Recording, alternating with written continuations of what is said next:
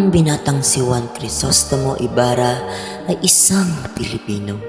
Ngunit siya ay pinag-aral ng ama na si Don Rafael sa ibang bansa. Mahigit 7 taon itong tumira sa Europa bago ito bumalik ng Pilipinas. Naganda ng malaking salo-salo sa bahay ni Kapitan Tiago upang salubungin ang binata. Inimbitahan din ang ilang panauhin katulad nila Padre Damaso, Padre Sibila, Teniente Guevara, Doña Victorina at ilang pluwensya sa lipunan.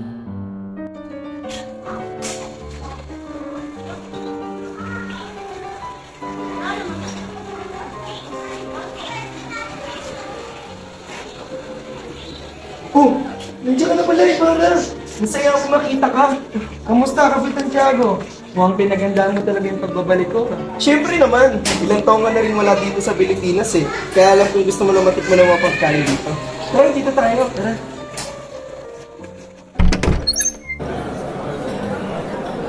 Masaya akong makilala kayong lahat. Oh, Padre Damaso, ang pari ng San Diego. Masaya akong makita ulit ang matalik na kaibigan ng akin. Mukhang nagkakamali po yata ako. Sorry po. Hindi ka nagkakamali, pero never kami naging matalik na magkaibigan ng kapatid. So ikaw pala ang anak ni Don Rafael. Ako, alam mo ba? Sobrang bait ng tatay mo. Nagsabi ng isa sa pinaka-tagalang-galang at matapat na tao sa Pilipinas. Thank you po.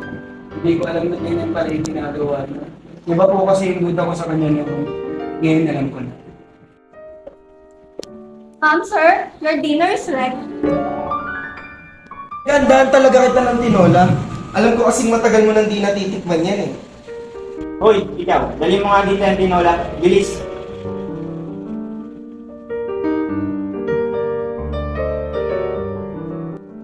Alam niyo bang sa lahat ng pagkain dito sa Pilipinas, tinola nga ang pinaka-paborito. Napakasarap. Itigil mo nga yung musika. Napakaingay. Mamaya na lang kayo magpatugtog. Magpahinga na muna kayo. Habang kumakain, nakipag-usap si Ibarra sa mga ibang panauhin na malapit sa kinaroroonan niya.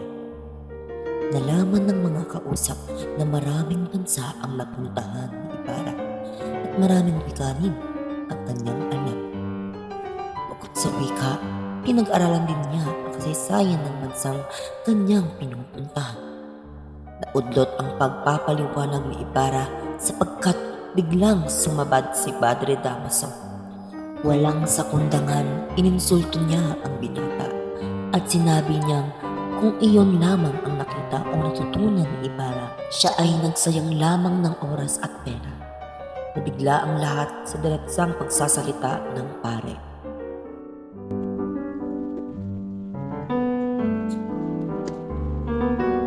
Wala talagang kwenta ang mga Indio eh, no? Mind to join ni Bara. Mauna na po ako, Kapitan. Sandali lang, Ibarra. Papunta na si na Isabel at kasama mo sa bahay ko. Sa susunod na lang po, marami po po kasi akong gagawin.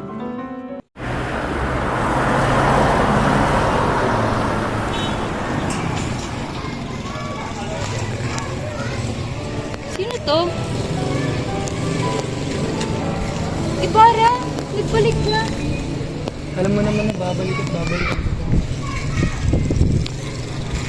Kala ko naman, kalimutan mo na ako.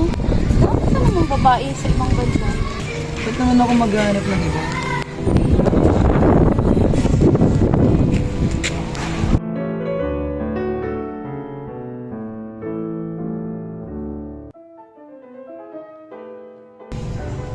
Magandang umaga po.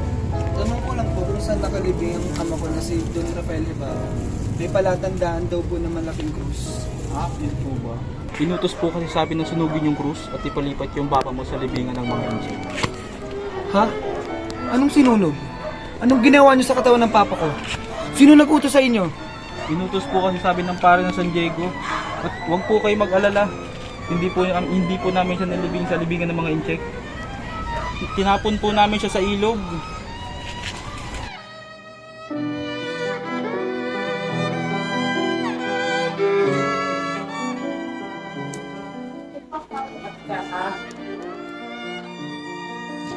Anong ginawa ko sa katawan ng papa ko? Nagkakamali po kayo. Wala po ako alam sa sinasabi ninyo. Magsabi ka ng totoo! Baka po yung tinutukan ninyo, yung parang pinalitan ko na si Padre Damaso.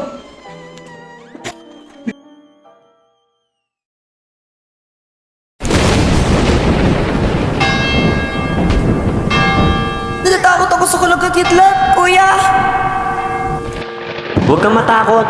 Kulugit-kidlat lamang yan. Hatakin mo ang lubid.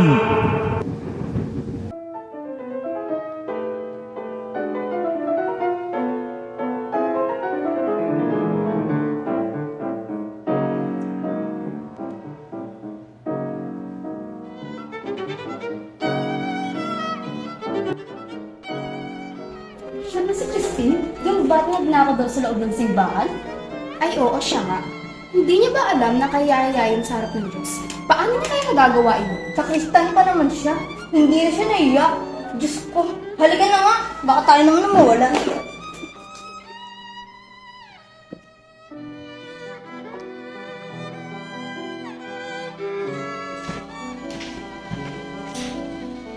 Mukhang malalim yata ang iyong iniisip, Christine. Pagod na ako, kuya. Ano yung mga isaswado mo? Kakaunti mo lang yung libre. Pagod na ako sa masasas nila sa akin na magnanakaw daw ako. Ako rin naman eh. Wala eh. Ito na talaga ang buhay natin. Ito na, kuya. Huwag na tayo. Tara.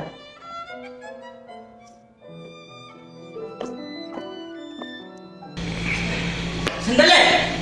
Nanisip niyang umuwi, hindi pa kayo makakauwi. Go, Crispy! Hindi ka dito! Mahaba ka sa kagaling ko! Para ako! Umuwi ka! Kang, kapulin mo siya!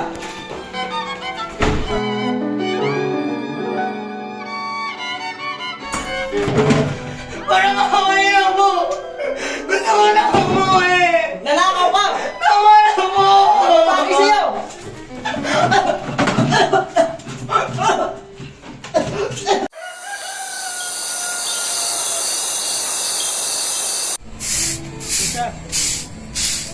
Hoy, Sisa, Asawa ko, buti tumuwi ka na. may pera ka ba dyan? Talo na naman ako sa sabuhan, no? Wala ka kasi ng pera sa ano. Ano? Wala na naman? Wala ka talagang silbi, no? Pati ang mga anak mo, walang kwenta. Wala kang silbi sa buhay ko.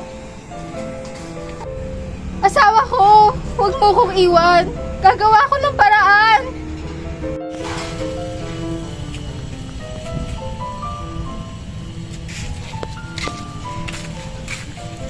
Nakakaawa naman si Sisa. Lagi na lang siyang napagbibigatan ng kamay ng asawa niya. Kaya nga, palagi na lang ganyan. Tuwing umuwi asawa niya, palagi siyang binubugbog. Oy! Kayo dyan. Ano naman pinagkukwentuhan niyo dyan? Doon nga kayo. Tara na nga. Ay, kawawa nga naman talaga si Sisa.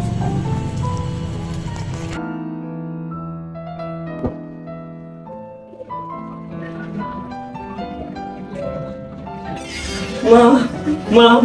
Basilio, ano nangyari sa'yo? At nasa si Crispin? Si Crispin po, naiwan sa konbento. Bakit? Pinagbintangan kasi siya nagnakaw ng pera.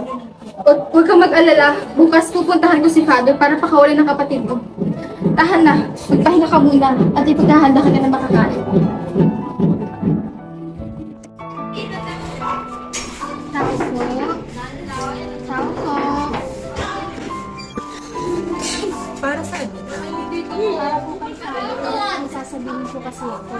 May sakit si Father. Tungkol saan ba ang tatanungin? Ang anak ko po kasi si Crispin, hindi pa po umuwi. Crispin? So ikaw na rin magnanakaw na. Abay matapos magnakaw, nakuha pa tumakas. Sa totoo nga lang, pumunta ng gwardiya dito para hulihin siya. Hindi! Hindi totoo yun! Totoo yon. Magnanakaw yung anak mo. Hindi! Hindi! Hindi magnanakaw ang anak ko! Dinala ng takot si Sisa sa kanilang bahay matapos marinig ang mga paratang sa kanyang mga anak na sina Basilio at Crispin. Nakahinga siya ng maluwag nang makita niya na hindi hawak ng mga gwardiya sibil ang kanyang mga anak. Ngunit hindi pa pala dito nagtatapos ang pagdurusa ni Sisa. Pilit siyang pinapaamin ng mga gwardya sibil tungkol sa salaping ninakaw ng kanyang mga anak at kinaladkad siya papuntang kwartel. Sa kwartel, hindi pa rin pinakinggan ang kanyang pagmamakaawa. Tanghali na nang pakawalan siya ng alferez. Pag-uwi niya sa bahay, walang anino o tinig ng kanyang mga anak ang kanyang nadatnan. Sa halip, ang punit at dugoang damit ni Basilio ang kanyang natagpuan. Naging baliw si Sisa sa kalungkutan at nagpalaboy-laboy sa kalsada habang paulit-ulit na sinasambit ang pangalan ng kanyang mga anak. Christine! Basilio! Mga anak ko! Ano to? Dugo? Bakit may dugo? Crispin! Basilio! Mga anak! Crispin! Basilio! Magnanakaw?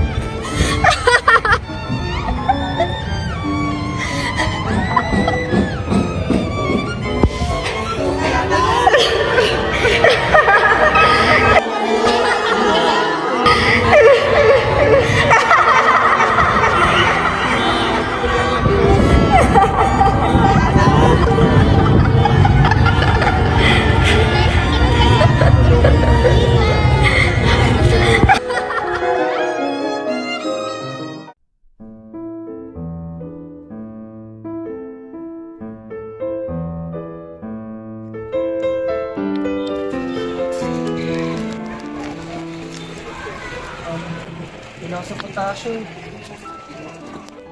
May hihingin lang po sana kong payo para sa pinapatayo kong paaralan para sa mahihirap. Paaralan para sa mga pangarap ko rin. Tinawag nila ako. Kaya ko lang sa'yo. Gusto mo tagumpay. Kailangan mo ng lakas ng loob. Sa pagtitiis po ba, magtatagumpay ako? Mabigo ka man. Para ka pa rin nagawa. Bago po ako umalis, nais ko lang pong sabihin sa inyo na lahat ng payo niyo sa akin ay magiging gabay para sa lahat ng gagawin ko. Maraming salamat po. Ingat kayo.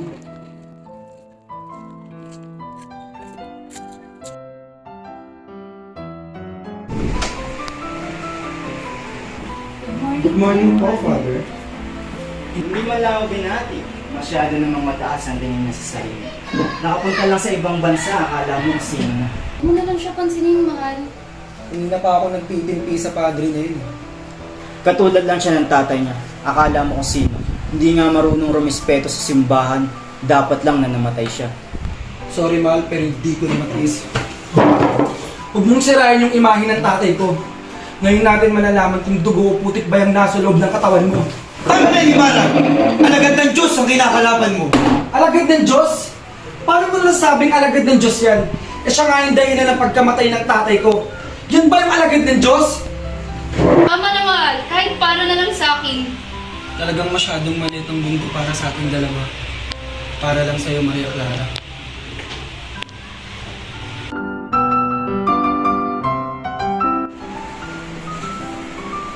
Bakit ka nalulungkot, Maria Clara?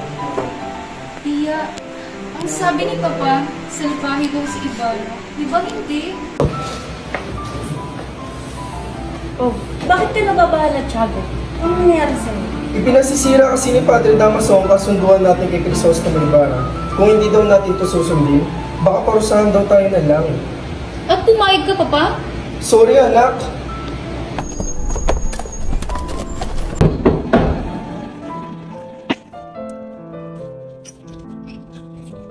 Oh, kayo po pala daw ni Victorina. Tuloy po kayo. Magandang umaga, Kapitan Tiago. At Isabel? Mukha po yatang may kasama kayo. Oo. Magandang araw po. Ako nga po pala si Alfonso Linares. Magandang araw rin po. Maupo muna kayo.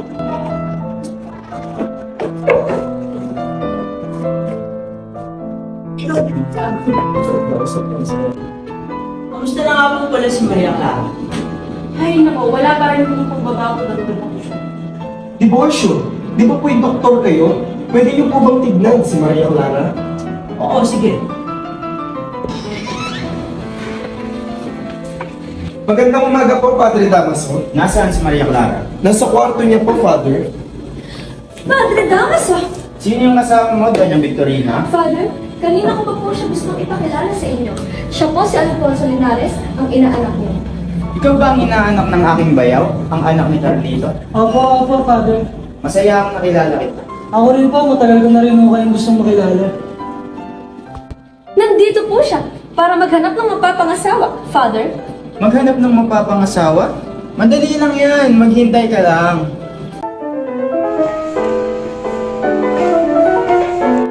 Ano ba naman yan? Papakit na mga dumadaan dito. Hoy, labandera! Kami ba ang pinariringgan mo? Bakit? Natamaan ka? At ano sabi mo, labandera? Baka gusto mo laban kaya kulot mong buhok. Ano sabi mo? Baka gusto mo gumawa tayo ng iskandalo dito. Akala mo, hindi kita papatungan? Sige, ano?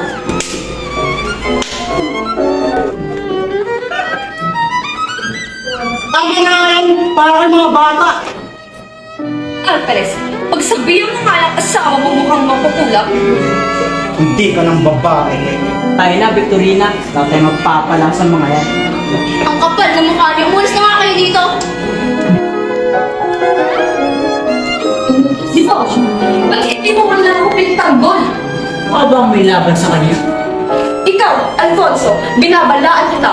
Kapag di mo sila hinawan, hindi ka magpapakasal kay Maria Clara at malalaman ng lahat ang tunay mong pagkatao.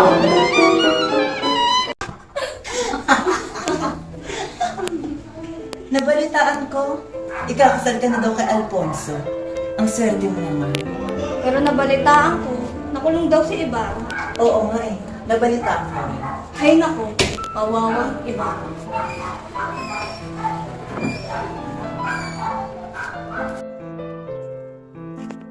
Ayoko! Ayokong magpakasal kay Alfonso! Si Ibarra lang ang mahal ko! Maria Clara! Ibarra! Mahal ko, tinulungan ako ni Elias na makatakas. Mahal, sorry. Naging masama ang loob ko sa'yo. Sorry pero kailangan ko nang lumayo sa'yo pati sa lugar na to. Hindi, mahal. Ako dapat ang mag-sorry sa'yo. Lalo na pag nalaman mo na ang totoo. Ha? Anong totoo? Kapag nalaman mo na ang ama ko ay si Padre Damaso. Ha? Paano? Basta mahal, lagi mong tatandaan na ikaw lang ang mahal ko. Paalam, mahal.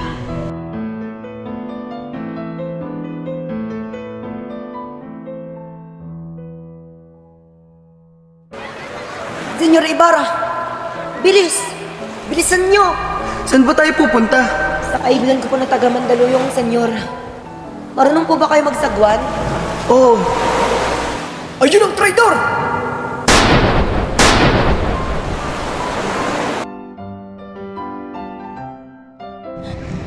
Hindi! Hindi pwede ito mangyari! Maria! Anong nangyayari sa'yo? May sakit ka ba? Masaya na ba kayo, ha? Masaya na ba kayo? Anong nangyayari, anak ko? Si Crisostomo! Wala na si Crisostomo! Patay na siya! Pero siya lang ang mahal ko! Siya lang ang lalaking minahal ko! Hindi ako magpapakasal kay Alfonso! Hindi ko siya mahal! Patawarin mo ako, anak. Ano bang gusto mong gawin ko? Ngayon, patay na ang lalaking mahal ko. Wala na akong gusto pang pakasalan. Magmamadre na lang ako. Iniisip ko lang naman ang future mo, anak. Papayag ka? O magpapakamatay ako? Ako na pala si Talia Cancelacion!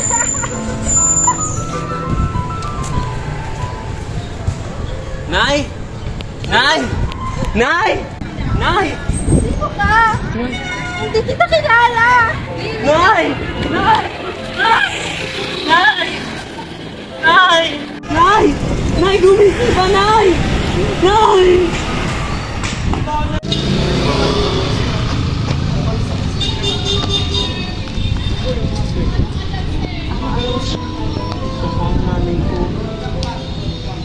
Ay, tama.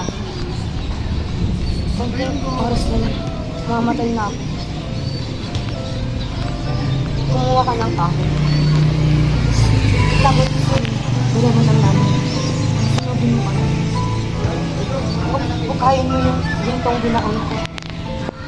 Gamitin mo yun para sa pag-aangin. Dahil alam ko, ang kabataan ko yung pag-asa natin. Bye.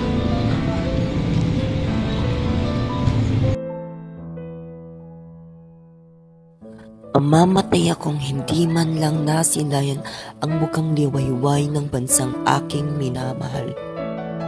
Kayong mapapalad na nakakakita, salubungin siya at huwag ka man lilimutin ang mga nabuwal sa lilim ng dilim.